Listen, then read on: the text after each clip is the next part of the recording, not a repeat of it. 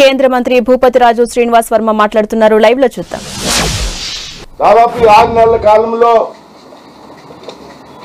6 పర్యాయాలు steel plant విషయంలో ఈ బృందం చర్చలు జరపడం జరిగింది. చాలా సందర్భాల్లో నేను కూడా సమావేశాల్లో ఉన్నా.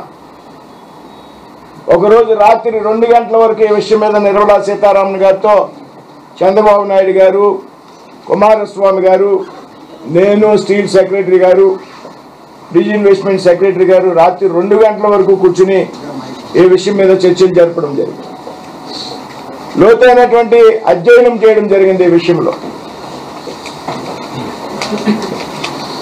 ఈ విధంగా ఎక్కువ శ్రద్ధ పెట్టడం వల్ల కార్మికుల హక్కులకి భంగం కలగకుండా ఉండాలి. ఈ స్టీల్ ప్లాంట్ని కాపాడాలి.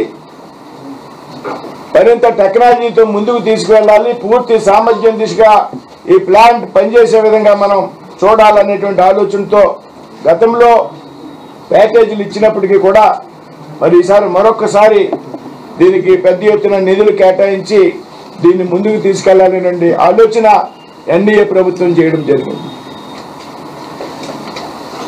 ఇంకో మరొక ముఖ్యమైన విషయం, ఎన్నికల్లో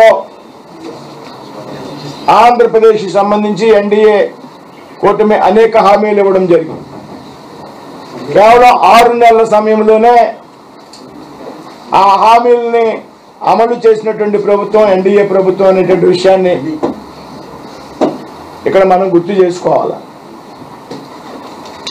ఏదైతే డబుల్ ఇంజన్ సర్కార్ ఉన్నదో రాష్ట్రంలో, కేంద్రంలో ప్రధానమంత్రి గారి నాయకత్వంలో, రాష్ట్రంలో చంద్రబాబు గారి నాయకత్వంలో ఎన్నికల సందర్భంలో ఇచ్చినటువంటి హామీలు, అమరావతికి రాజధాని అభివృద్ధికి పెద్ద ఎత్తున నిధులు కేటాయించడం, పోలవరం పనులు ముందుకు సాగడానికి పెద్ద ఎత్తున నిధులు కేటాయించడం, అదేవిధంగా అమరావతికి రైల్వే లైన్ విషయంలో పెద్ద ఎత్తున నిధులు కేటాయించడం, రైల్వే జోన్ మంజూరు చేయడం, అదేవిధంగా బీపీసీఎల్ ఎన్నికల్లో హామీ ఇవ్వలేనప్పటికీ కూడా బీపీసీఎల్కి సంబంధించి రిఫైనరీ రామాయపట్నం దగ్గర దాదాపు 70,000 కోట్లతో ఏర్పాటు చేయడానికి కేంద్ర ప్రభుత్వం నిర్ణయం తీసుకోవడం, ఇటీవల కాలంలో గత నెల 8వ తారీఖున ప్రధానమంత్రి గారు దాదాపు 2 లక్షల కోట్ల రూపాయలు విలువైనటువంటి పనులకు శంకుస్థాపన చేయడం, ప్రారంభోత్సవాలు చేయడం, ఈరోజు ఈ విధంగా పెద్ద ఎత్తున విశాఖ స్టీల్ ప్లాంట్కి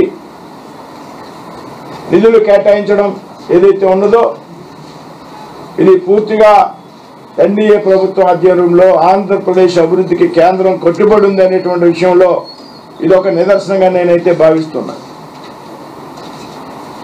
కేవలం 6 నెలల సమయంలో ఇంత పెద్ద ఎత్తున నిధులు కేటాయింపు గతంలో ఎప్పుడూ ఆంధ్రప్రదేశ్కి ఏ పార్టీ ప్రభుత్వం అధికారంలో ఉన్నా వచ్చినటువంటి సందర్భం లేదనేటువంటి విషయాన్ని ఈ సందర్భంగా ప్రస్తావిస్తూ ఉన్నా.